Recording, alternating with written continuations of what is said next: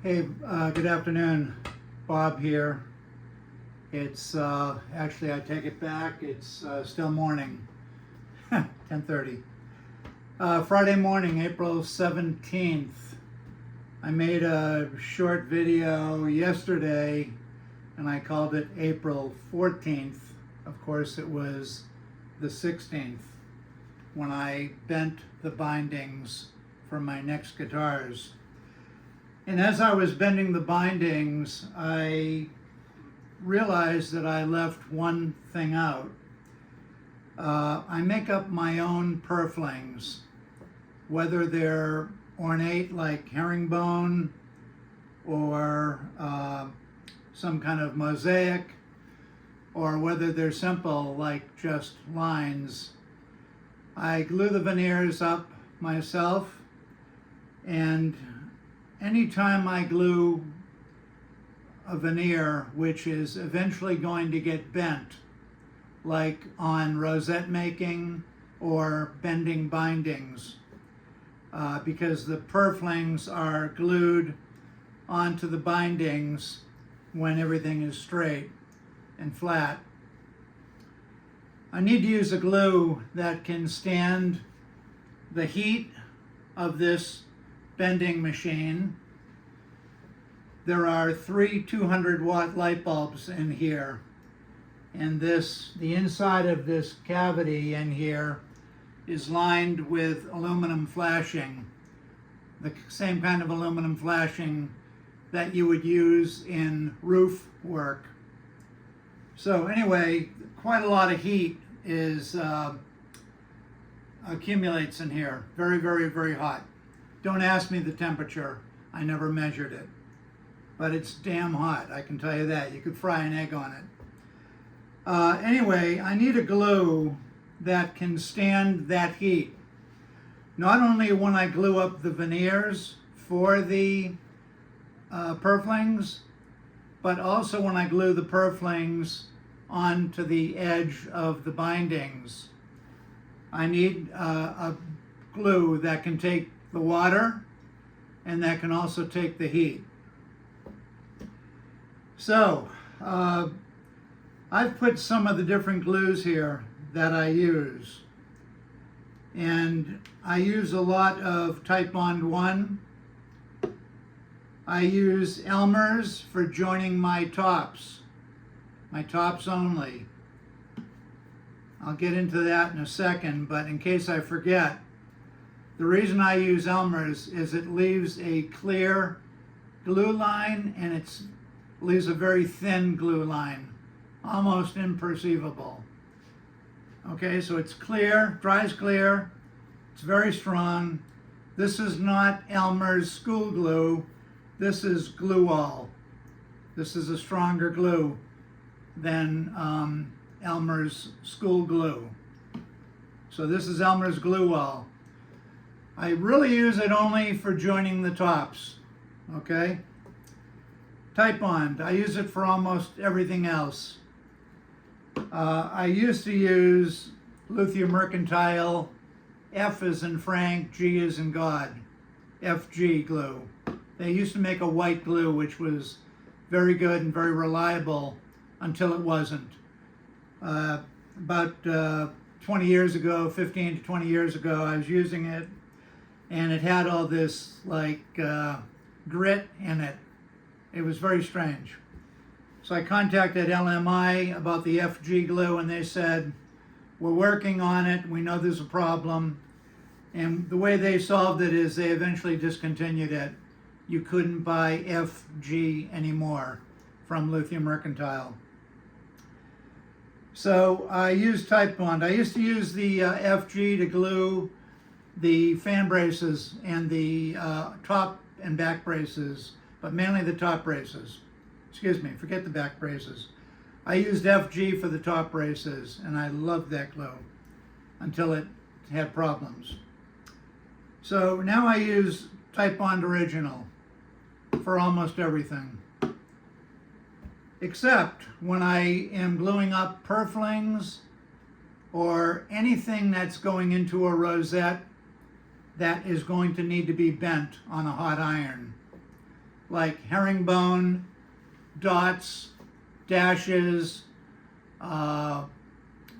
whatever. Anything that's going to be bent after it's assembled, I'll bend it over here on the hot pipe, the electric pipe.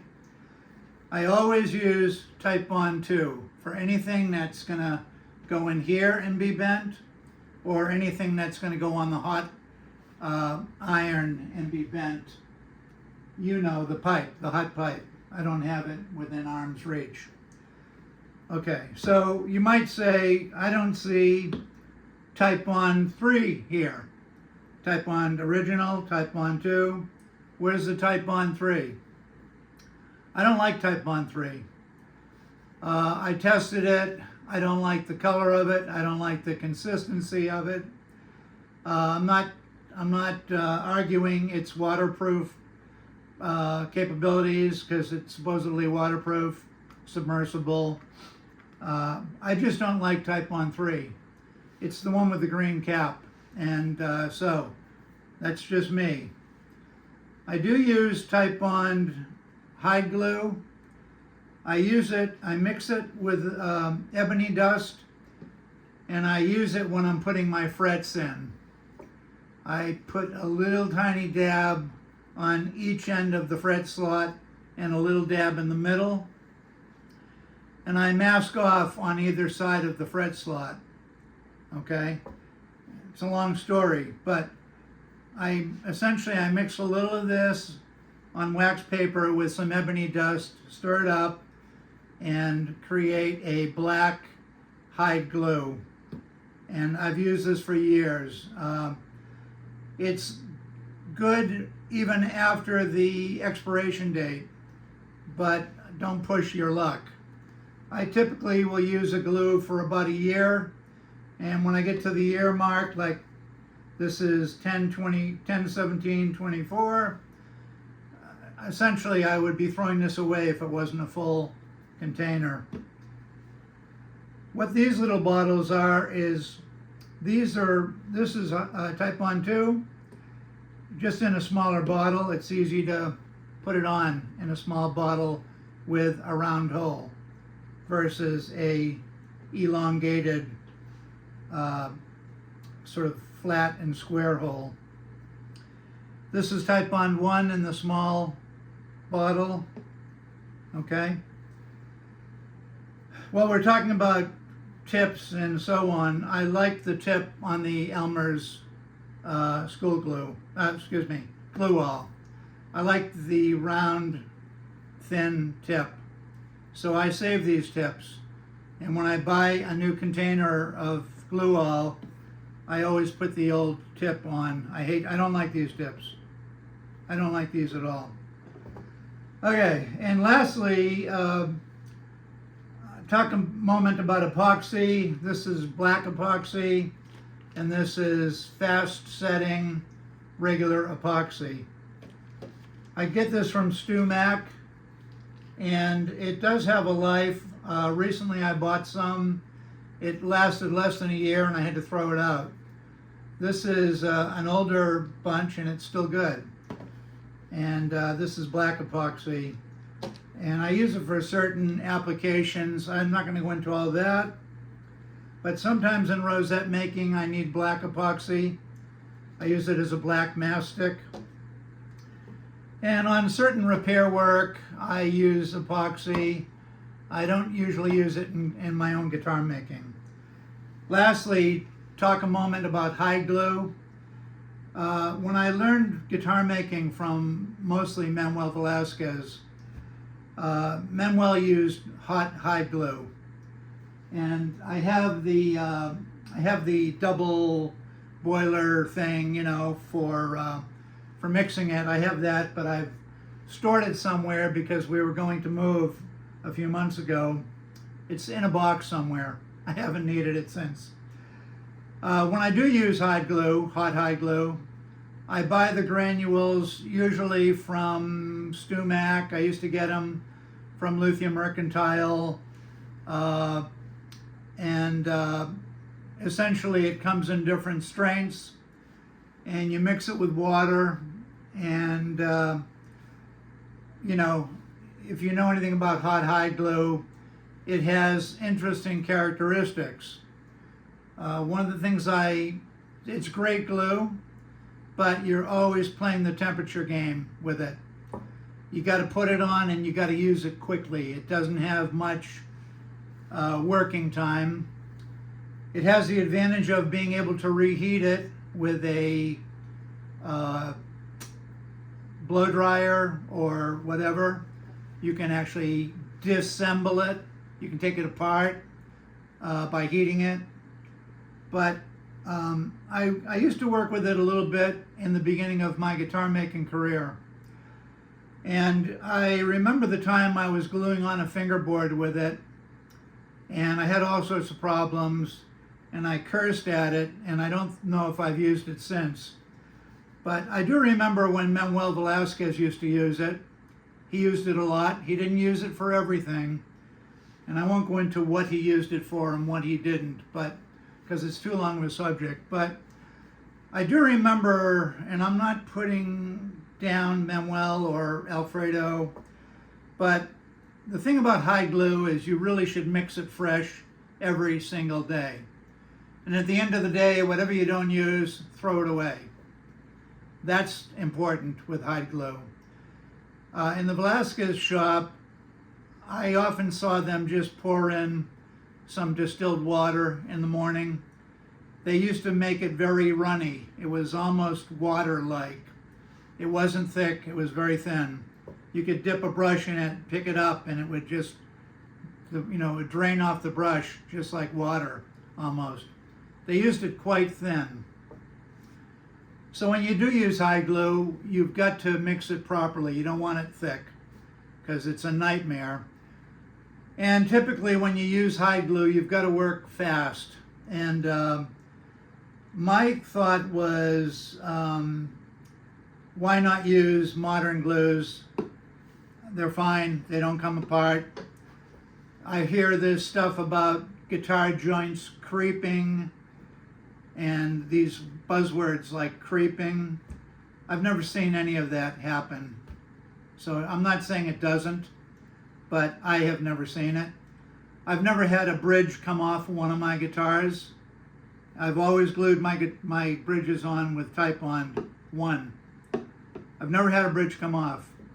Yet, I know bridges have come off of Velasquez guitars, which were glued on with hide glue. And I'm not pointing the finger at Velasquez guitars, but it's just what I observed. I know there were a couple of times where they popped off.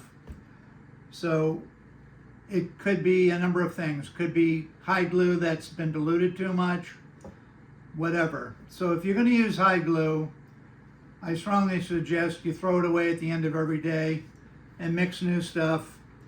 And if you want to go through all that hassle of making hide glue, and some people say, oh, it's easy to make, Bob. Well, sure it is. I used to work in a dark room. I used to mix chemicals all the time. Chemicals had developing chemicals for developing film and developing paper. They had a shelf life. You could only use them so long. And they were also exhausting as you were using them. They were continually getting weaker. Nowadays, when I shoot a picture, I take the flash card out, pop it into my computer, and go into Photoshop, and it's super easy. And no more chemicals, no more worrying about chemicals evaporating, getting weaker, no more worrying about replenishing chemicals. I'm talking photographic now. All of these things have a shelf life.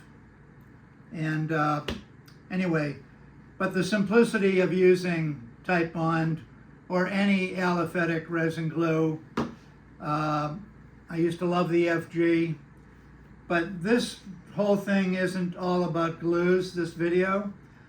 The reason I'm making this is to let you know that whenever I have anything that I build that has to be bent or heated up on this machine here or on my hot pipe, my electric hot pipe, I always glue the stuff together with Titebond 2.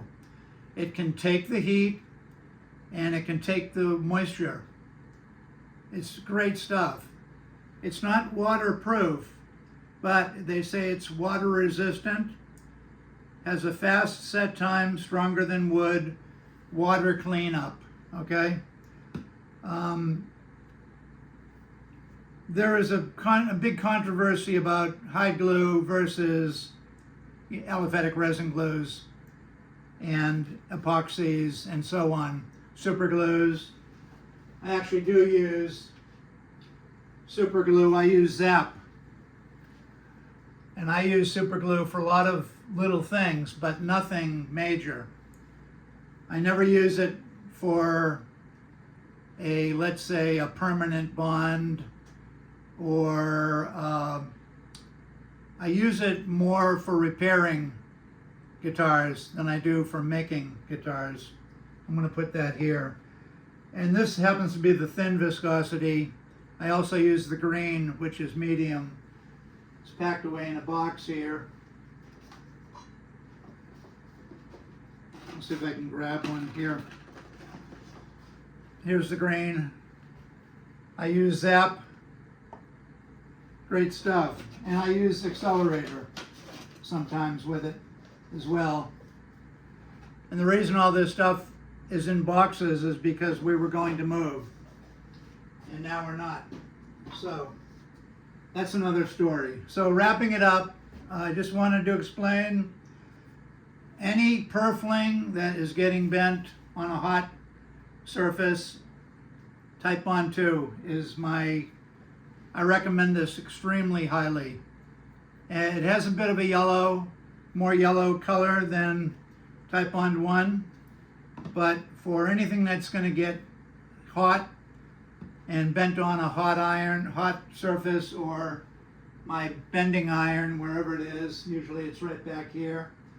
But anyway, yeah, I'm just getting back into the shop after all of my little health issues with my eye and all that stuff. And it's actually been fun coming back in the workshop. And I will be routing guitars soon to glue on the bindings and the purflings, and I'm excited about that. And that's about it. Let's just keep with the subject. I'm not going to go into other stuff, except for one thing. Today is a good day. It's Friday, and my daughter is adopting a 5-year-old golden doodle. She lost hers on December 4th, our beloved Teddy, after almost 13 years. Ted used to be in the workshop with me all the time. He'd come over and spend the day with me. So today we're getting Jeff.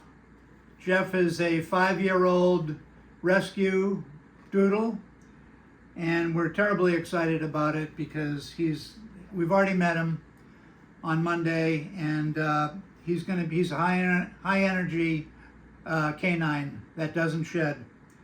So we're gonna have a fun weekend, I think, with Jeff. And anyway, so that's good news. All right, Bob signing out. I wish you all a great weekend, and get out and go for a walk. I did a 2.7 mile nature walk this morning and picked up 2 grocery bags full of trash. So that's a good thing. Get out, walk, pick up some trash. God bless you all, and have a great weekend.